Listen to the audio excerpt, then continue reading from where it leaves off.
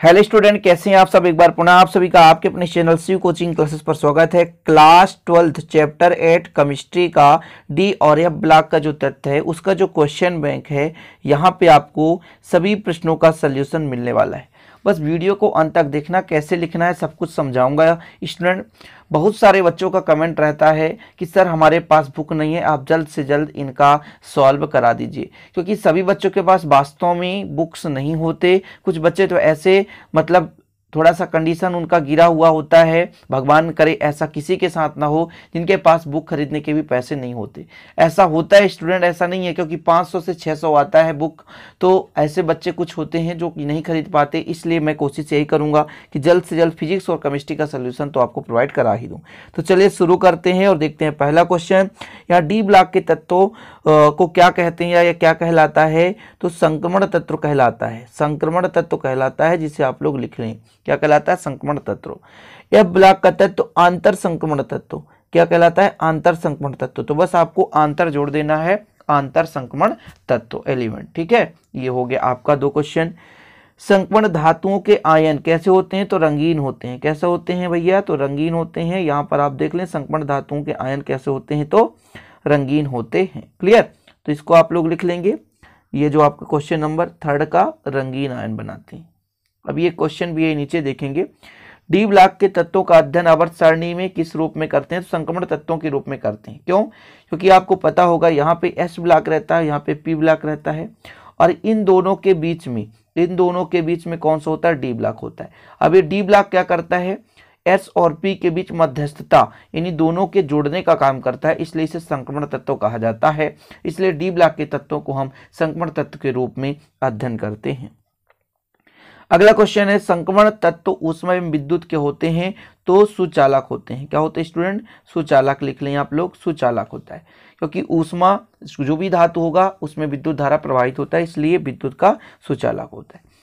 निम्न में से आपको क्या करना है? सही जोड़ी मिलान करना है। तो लाल रक्त कोशिका वो है आयरन। ठीक है, आयरन यानी लोहा। एक्टिनाइड और लेंथेनाइड, तो लेंथेनाइड होता है 4F और एक्टिनाइड होता है 5F। ठीक है, देख सकते हैं। प्रथम संक्रमण श्रेणी 3D होता है और परमाणु क्रमांक 28 किसका होता है? निकेल का होता है। ठीक, फिर से लाल रक्त कोशिका जो आपका आयरन है, ये लोहा में भी पाया जाता है, लोहा होता है, रक्त में पाया जाता है। एक्टिनाइड यानी आपका 5F हो गया। लेंथेनाइड मतलब स्टूडेंट आपका कौन सा हो गया? तो 4F हो गया।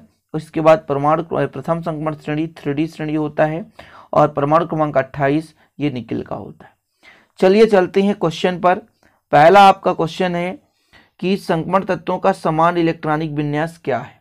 संक्रमण तत्वों का समान इलेक्ट्रॉनिक विन्यास, तो n-1 D1 से 10 और फिर स्टूडेंट आपका होता है NS2। इसको आप लोग लिख लें। फिर से मैं एक बार लिख दे रहा हूं यहाँ पे, n-1 फिर D होता है 1 से 10, फिर होता है NS और कितना होता है 2। ये समान इलेक्ट्रॉनिक विन्यास है। किसका है? तो संक्रमण तत्वों का समान इलेक्ट्रॉनिक विन्यास। नेक्स्ट क्वेश्चन आपके लिए, संक्रमण तत्व रंगीन आयन क्यों बनाते हैं? तो थोड़ा नीचे अभी आप स्क्रॉल करेंगे तो मिलेगा। आगे आपको कंप्लीट करो, इसका आंसर दूंगा मैं, चिंता करने की जरूरत नहीं है। यह ब्लॉक के तत्वों को कितने श्रेणियों में बांटा गया है? तो 2 श्रेणी में बांटा गया है।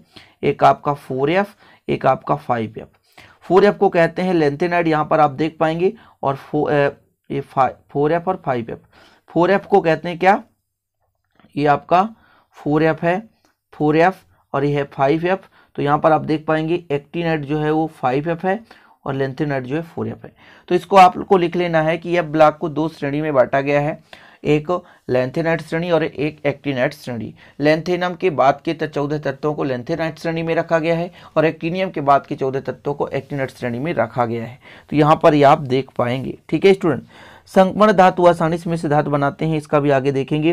संक्रमण तत्व क्या है? प्रथम संक्रमण तत्व के नाम लिखिए। अच्छा, संक्रमण तत्व किसे कहते हैं स्टूडेंट? आपको पता होगा, ऐसे तत्व जिनके अंतिम इलेक्ट्रॉन डी में प्रवेश करते हैं, और चूंकि ये एस और बी दोनों के बीच उपस्थित होते हैं और दोनों के मतलब संबंध को जोड़े रखने का काम करते हैं, इसलिए इसे संक्रमण तत्व कहते हैं। ठीक है, तो संक्रमण तत्व की परिभाषा है, ऐसे तत्व जिनके अंतिम इलेक्ट्रॉन डी में प्रवेश करते हैं वो डी ब्लॉक के तत्व हैं, जो कि संक्रमण तत्व कहलाते हैं, क्योंकि एस और पी के बीच स्थित होते हैं और दोनों के बीच में मध्यस्थता अर्थात संबंध को बनाए रखने का काम करते हैं, इसलिए इन्हें संक्रमण तत्व कहते हैं। इतना क्लियर हो गया। अब यहाँ पर देखिए आपके क्वेश्चन का आंसर है जो रंगीन आयन बनाता था। तो यहाँ पर पूरा कंप्लीट है स्टूडेंट कि संकर्ण धातु आयनों का रंग अपूर्ण रूप से भरे हुए n-1 d कक्षकों के कारण होता है। संकर्ण धातु आयनों में जिनमें अयुग्मित d इलेक्ट्रॉन होते हैं, इस इलेक्ट्रॉन का एक d कक्षक से दूसरे d कक्षक में संकर्ण होता है। इस संकर्ण के समय में दृश्य प्रकाश कुछ विकिरण अवशोषण करते हैं तथा शेष विकिरणों को रंगीन प्रकाश के रूप में उत्सर्जित कर देते हैं। अतः आयन का रंग उसके अवशोषित रंग का पूरक होता है। उदाहरण के रूप में यहाँ पर लिखा हुआ है और कुछ यहाँ पे स्टूडेंट जो कि देते हैं कलर। ये आपको ऑब्जेक्टिव में भी पूछ दिया जाता है कि Cu4 पॉजिटिव नीला रंग देता है, Mn2 पॉजिटिव बैंगनी रंग देता है, Fe2 पॉजिटिव हरा रंग देता है और Cr3 पॉजिटिव बैंगनी रंग, फिर Mn3 पॉजिटिव गुलाबी और Fe3 पॉजिटिव पीला रंग देता है। ये आप लोगों को तैयार कर लेना, कभी कभी आपका ऑब्जेक्टिव टाइम में भी क्वेश्चन पूछा जाता है। नेक्स्ट एक क्वेश्चन था संकर्ण धातु आसानी से मिश्र धातु क्यों बना लेती हैं।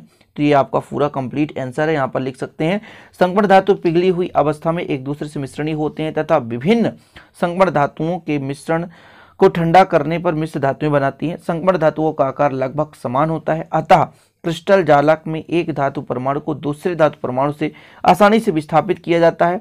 इस प्रकार मिश्र धातुएं बनती हैं, जैसे क्रोमियम निकिल से विलय होकर क्रोमियम निकिल का मिश्र धातु बनाया जाता है। तो स्क्रीनशॉट ले लिया करो, आप लोग इसे कंप्लीट कर लो।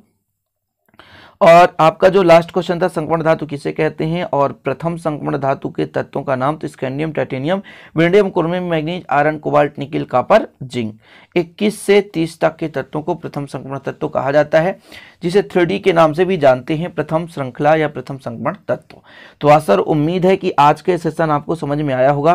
प्यारे भाइयों, वीडियो को आप लोग ज़्यादा से ज़्यादा शेयर कर देना। जो भी स्टूडेंट आपके साथ पढ़ाई कर रहे हैं उनको भी शेयर करें, दोस्तों के साथ लाइक करना ना भूलें, कमेंट भी करें, साथ में अपना राय बताना मत भूला करें। चलिए मिलते हैं अगले वीडियो में। जय हिंद, वंदे मातरम।